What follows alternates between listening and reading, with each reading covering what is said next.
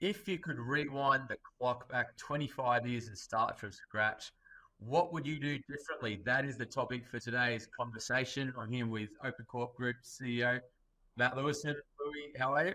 Good, thanks, Boz. It's shocking to believe, given that we've known each other for 25 years and therefore you've been investing that long that we can actually answer this question, you and I. Still feel like we're 18 playing footy together.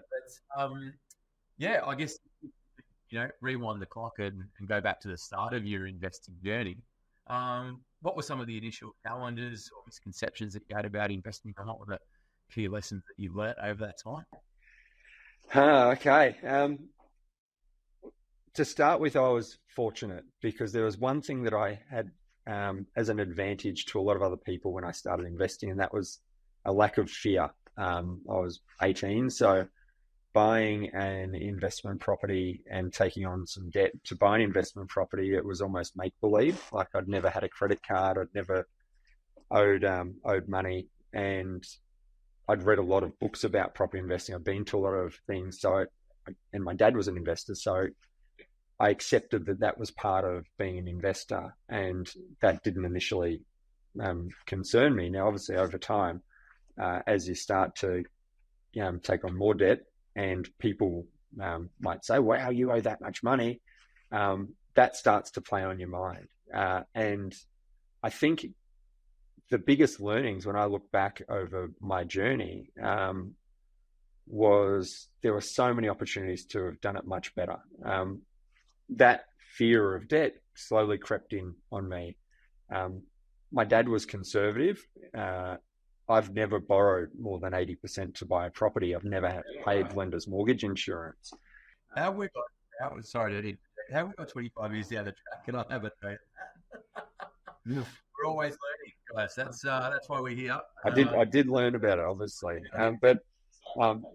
No, so that there's obviously that opportunity you have early on in your portfolio where you can push that leverage, and it's important to do so to get that extra, extra holding of property. So I was probably running at half pace compared to perhaps yourself if you were using LMI at that same time.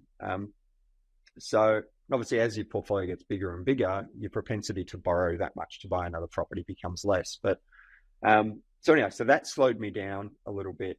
And again, because of that conservatism that crept in around debt, and I was really acutely aware of where interest rates had gotten to in the 80s. And that had profound impact on my dad in terms of his investing.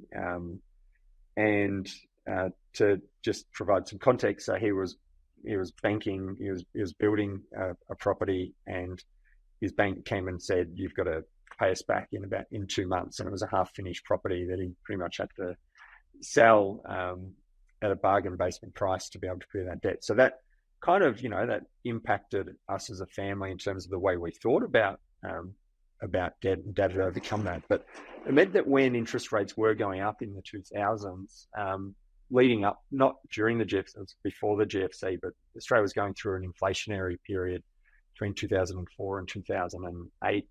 Interest rates were initially creeping up slowly and then more rapidly. That I sold a property to ensure that I was managing my cash flow well, and didn't necessarily have didn't need to sell. If I looked at my equity position and my buffers, I could have continued to hold that property. But when I was paying 9.5% interest, I thought, well, it'd be beneficial to clear some debt so that every month I'm not paying any more than I originally budgeted to contribute to holding my portfolio. Now, with the benefit of time, I look back and say, well, 6 months later, interest rates were on their way down. But even if it had taken 2 years, the worst case scenario probably would have been that I spent an extra $10,000 out of my own pocket to hold that property. But if I held that property, then today I would have well over $500,000 extra in equity. And so that was an expensive lesson to learn around that kind of, and again, it comes back to that conservatism towards debt, or that fear of debt, which I didn't have at the start, but it crept in. And I think I could imagine that's something that other people who get into the market as an investor later, that's one of the biggest challenges I see that they have to overcome is their attitude towards debt. And I still don't advocate for people to mortgage themselves to the eyeballs at a point where they can't manage their cash flow. Like I made sure that I could always, have a good lifestyle while I was growing my portfolio.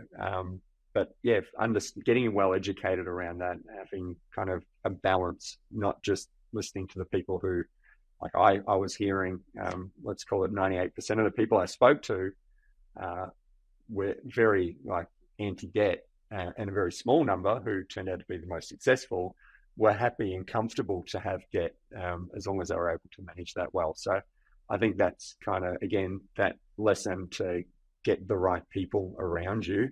I was fortunate in many ways in that regard, but I also had well over my fair share of dream crushes in the stable. How about yourself? Yeah, I have no idea where this saying came from, but I read it early days and I've never forgotten it.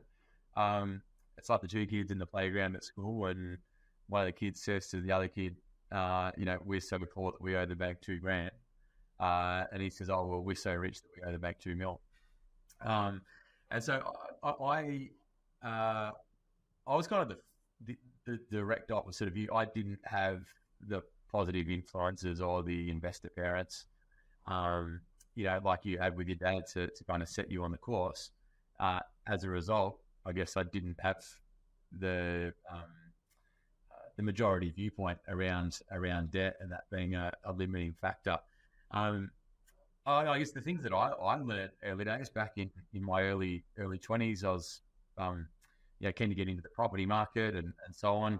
I bought what's now an ex-principal place of residence with a now very ex-girlfriend as my first property. And I was telling this story on the weekend, actually. I just remember we went on a holiday, and I had a credit card. Another learning, I guess. Had a credit card, and I could never get it down below kind of $800. And it kind of seemed to be, by the time we paid the mortgage and groceries and life and stuff, I could never, despite how hard I tried, I could never kind of get it below that $800. And so, when that relationship ended and we sold the property, and luckily we held it for a period where Melbourne market had been really strong. We came out of it with a small profit, and I paid my small car loan out, and I was left with some cash, and then got into investing. It was all around the cash flow. Yeah, I bought a property for around $250,000 to live in, and my cash flow was really constrained. Yet I could hold an investment that I bought for marginally above that with no impact on my lifestyle at all.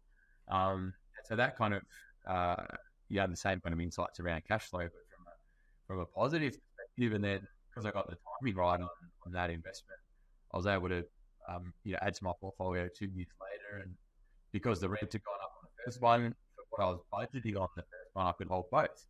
And so I was kind of got it hooked on the rent investing side of things, and that it's not the amount of debt that's the hard part, or the consideration.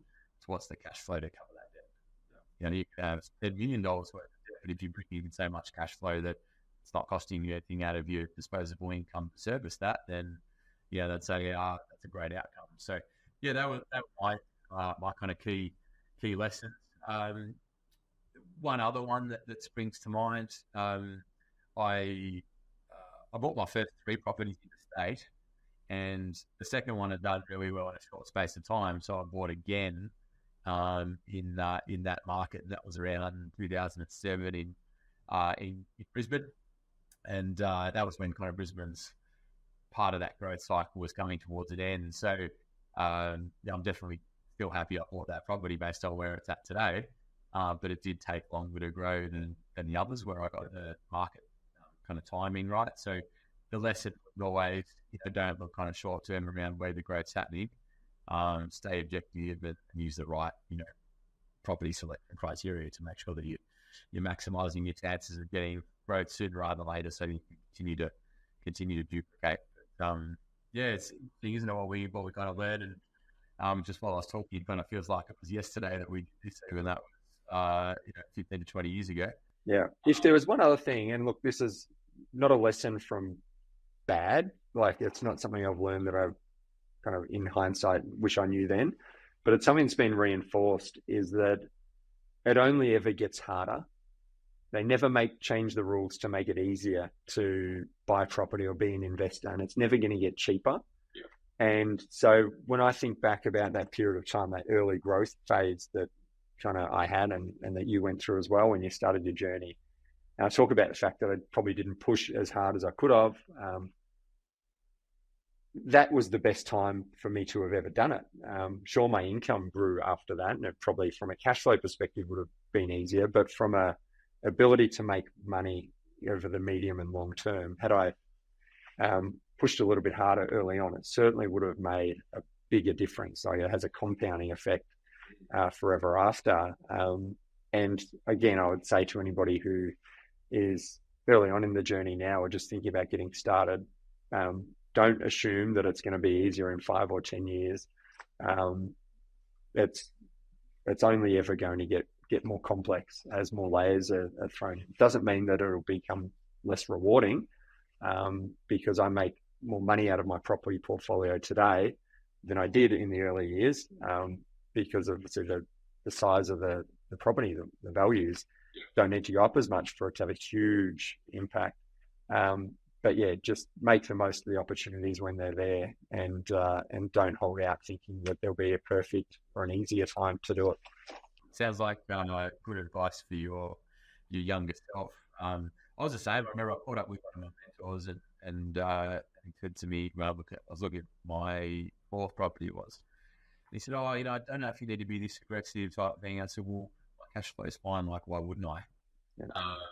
Yeah. And that was right before that was in the GFC, and so there was a lot of negatives around, which was great buying opportunities. Yeah. And Melbourne really kind of rebounded very quickly on the back of the, what do they call it? The new home building boost, like the additional first home owners grant if you built, caused a really rapid increase in price. So, I guess buy when you can. That's advice that still rings true today.